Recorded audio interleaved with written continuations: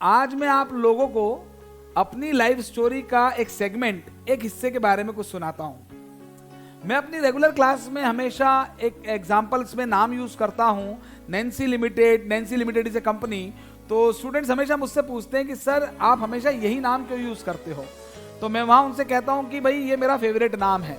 तो आज मैं इसी के बारे में आपको बताता हूं कि पहले बात तो ये बता दूं कि इस नाम का एक्चुअली कोई शख्स मेरी लाइफ में एग्जिस्ट नहीं करता है। ये नाम मैंने किसी को दिया था। तो मैं आज उसी स्टोरी के बारे में आपको बताता हूं और थोड़ा सा अकाउंटिंग टर्मिनोलॉजी यूज करके बताता हूं। तो मेरे दिल में उसके लिए प्यार एक्रू हो चुका था और मुझे बहुत श्योर था, मेरी कंसिस्टेंसी पे मुझे भरोसा था और मुझे विश्वास था कि ये अल्टीमेटली कहीं ना कहीं ये गोइंग कंसर्न की तरह होगा। मतलब ये फंडामेंटल अकाउंटिंग असम्पशंस मैंने ले लिए थे और मैं अपनी लव पॉलिसीज को लेकर डिस्क्लोज करने के लिए डिस्क्लोजर ऑफ अकाउंटिंग पॉलिसी की तरह उसके पास चला गया था। मैं अपने प्यार का इन्वेंट्री लेकर उसके पास गया और मुझे मेरे प्यार पर पूरा भरोसा था, वो बिल्कुल एक्चुअल था कॉस्ट की तरह। लेकिन इसका अंजाम तो कुछ भी हो सकता था, एनआरबी की तरह एस्टिमेटेड कुछ भी हो सकता था। तो फिर भी मैंने अपने सारे इमोशंस को काउंट किया और मैंने उससे कहा कि भाई तुम किसी भी मेथड से चेक कर लो, चाहे फीफो से, चाहे वेटेड एवरेज से, कोई भी मेथड लगा लो, कोई भी टेक्निक लगा लो, लेकिन मेरे दिल में तुम्हारे लिए बहुत प्यार है। लेकिन घोर कलयुग है। उसने बोला प्यार तो अपनी जगह ठीक है, इन्वेंट्री अपनी जगह ठीक है, लेकिन कैश फ्लो स्टेटमेंट का क्या, तुम्हारी एक्टिविटीज का क्या, तुम्हारी ये सारी एक्टिविटीज बताओ, ऑपरेटिंग है, नॉन ऑपरेटिंग है, क्या एक्टिविटीज है तुम्हारी, क्या इमोशंस का इनफ्लो है, क्या आउटफ्लो है, ये उसने पूछ लिया। तो मेरी जिंदगी में तो एकदम कंटिजेंसी आ गई, एकदम अनसर्टेनिटी, ऐसी सिचुएशन आ गई कि अब मुझे लगता है भाई फ्यूचर में प्रॉफिट हो भी सकता है, लॉस भी हो सकता है। और इसीलिए मैंने मेरे मन में फ्यूचर लॉस के लिए प्रोविजन तो बना ही लिया था, प्रोबेबल लॉस के लिए। और मुझे तो event occurring after balance sheet date भी दिखाई देने लग गए थे। मुझे लग रहा था कि भाई कुछ एडजस्टिंग इवेंट आ जाए तो बढ़िया है, वरना कुछ तो मुझे नॉन एडजस्टिंग इवेंट दिखाई देने लग गए थे। फिर अल्टीमेटली मेरी किस्मत अच्छी थी तो उन्होंने मेरी सारी एक्स्ट्रा ऑर्डिनरी एक्टिविटीज को एक्सेप्ट कर लिया, मेरे सारे प्रायर पीरियड आइटम्स भुला दिए और अल्टीमेटली उन्होंने बोला अब तो तुम नेट प्रॉफिट कमाने, अगर इस रिश्ते को आगे बढ़ाना चाहते हो और अगर वाकई इसका कुछ फ्यूचर चाहते हो तो अब नेट प्रॉफिट कमाने पे ध्यान रखो और तुम्हारी लाइफ में कोई भी एस्टिमेट चेंज हो, कोई भी तुम पॉलिसी चेंज करो तो मुझे जरूर बताना, क्योंकि मुझ पर उसका इफेक्ट होगा। अब हमारा प्यार जो है बिल्कुल कंस्ट्रक्शन कॉन्ट्रैक्ट की तरह मजबूत हो चुका था और दो पार्टीज हो चुकी थी, एक कॉन्ट्रैक्टर और एक कॉन्ट्रैक्टी, और हमने फ्यूचर प्रोबेबल लॉसेस के लिए बिल्कुल प्रोविजन बना लिए थे। और ये मानिए कि बिल्कुल उस कंस्ट्रक्शन कॉन्ट्रैक्ट में रेवेन्यू रिकॉग्निशन होने लग गया था और उसके अलावा जो अदर रेवेन्यूज थे वो भी रिकॉग्नाइज होने लग गए थे, हम और मेहनत करने लग गए थे। हमारा ये रिश्ता प्रॉपर्टी, प्लांट एंड इक्विपमेंट की तरह मजबूत होता जा रहा था और हमने इसे स्ट्रांगली रिकॉग्नाइज किया, कैपिटलाइज किया और अपवर्ड रिवैल्यूएशंस भी हुए और कभी कभार डाउनवर्ड रिवैल्यूएशन भी हुए, डेप्रिसिएशन भी लगा। गिफ्ट्स का लेना देना, आदान प्रदान चलता रहा। एक बार तो मैं फॉरेन से भी उसके लिए गिफ्ट ले आया था और फॉरेन एक्सचेंज का तो बड़ा अच्छा इम्पैक्ट पड़ा उस पर।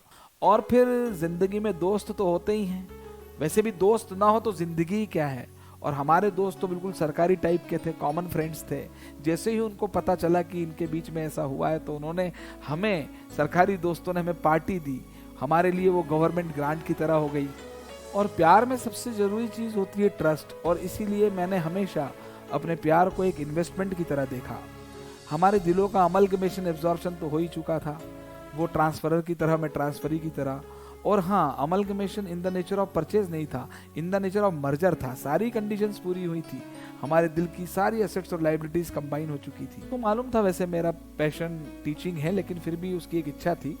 उसको हमेशा ऐसा था कि मैं एक अच्छी जॉब करूं, वो मुझे एक सैलरीड एम्प्लॉय बनते हुए देखना चाहती थी। उसे लगता था कि एम्प्लॉयमेंट में बहुत बेनिफिट्स हैं, एम्प्लॉय बेनिफिट्स उसे बड़े आकर्षित करते थे। लेकिन ये बात मैंने उसकी नहीं मानी। लेकिन भैया प्यार करना इतना आसान भी नहीं होता है ना। लेकिन भैया किसी रिलेशनशिप को कैरी करना इतना आसान भी नहीं होता, कैरी करने के लिए भी कॉस्ट लगती है। तो कभी कभी बोरोइंग्स भी हो जाती थी और बोरोइंग कॉस्ट भी इनकर करना पड़ी। और दोस्तों को ये भी बताना पड़ता था भाई कभी हम मिल रहे हैं तो कहाँ मिल रहे हैं। वो हमसे सेगमेंट वाइज दोस्तों को रिपोर्ट जाती थी कि भाई कौन से जोग्राफिकल एरिया में तुम मिल रहे हो और क्या प्रोडक्ट तुमने दिया है। मतलब उनको बिजनेस सेगमेंट और जोग्राफिकल सेगमेंट के बारे में भी बताना पड़ता था।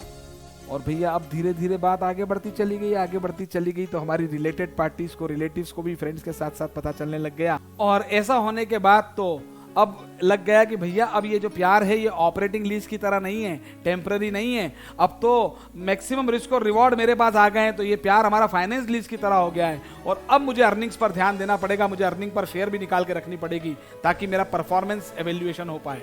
और उसके बाद ये क्लियर हो गया कि भाई अब तो कंसोलिडेटेड फाइनेंशियल स्टेटमेंट्स बनेंगे ही, हमने अपने सारे फ्यूचर प्लान्स को कंसोलिडेटेड रूप में देखना शुरू कर दिया और हमने अपने फ्यूचर में आने वाली डेफर्ड टैक्स एसेट्स और डेफर्ड टैक्स लायबिलिटीज को भी रिकॉग्नाइज कर लिया। और अब तो कई और लोगों का भी कंट्रोल आ गया और कईयों का सिग्निफिकेंट इन्फ्लुएंस आ गया, तो हमारी लाइफ में और भी कई सारे एसोसिएट्स आ गए और उन एसोसिएट्स से भी, उनकी तरफ के रिश्तेदारों से भी मिलना जुलना शुरू हो गया कि बस सारे ऑपरेशन कंटिन्यूड ही थे, डिसकंटिन्यूइंग ऑपरेशन का कोई स्कोप ही नहीं बचा। और उसके बाद तो रिपोर्टिंग और बढ़ गई, पहले तो एक बार रिपोर्ट देनी पड़ती थी, फिर 4-4 बार रिपोर्ट देनी पड़ी, बिल्कुल इंटरिम फाइनेंशियल रिपोर्टिंग की तरह।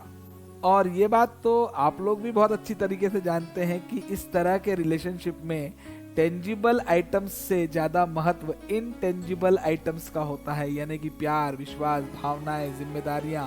तो बस ये सारी चीजें हमारे साथ होने से और भी रिलेशनशिप स्ट्रांग हो गई। हमने अपने प्यार की कोई एडवर्टाइजमेंट, कोई पब्लिसिटी को जगह नहीं दी और बस हमारा पूरा का पूरा ध्यान रिसर्च और डेवलपमेंट पर ही था। और जब ये सारी चीजें होती हैं तो आपका जॉइंट वेंचर इतना स्ट्रांग हो जाता है कि आपका प्यार, आपका रिश्ता कभी उस पर इंपेयरमेंट हो ही नहीं सकता।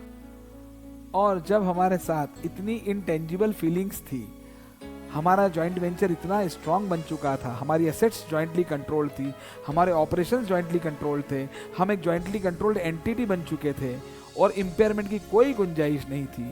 तो फिर हमने सोचा कि अब जितनी भी कंटिंजेंट आइटम्स हैं, चाहे एसेट्स हो, लायबिलिटीज हो, उनको छोड़ो और जितनी भी बातें निकट भविष्य में प्रोबेबल हैं बस उन्हीं के लिए प्रोविजन बना लो और आगे आज हम जैसे हैं वैसे अपने आप एक दूसरे को अपना लेते हैं और भविष्य में जब भी रिस्ट्रक्चरिंग की जरूरत पड़ेगी तो उस रिस्ट्रक्चरिंग का भी प्रोविजन हमने पहले से ही बना लिया।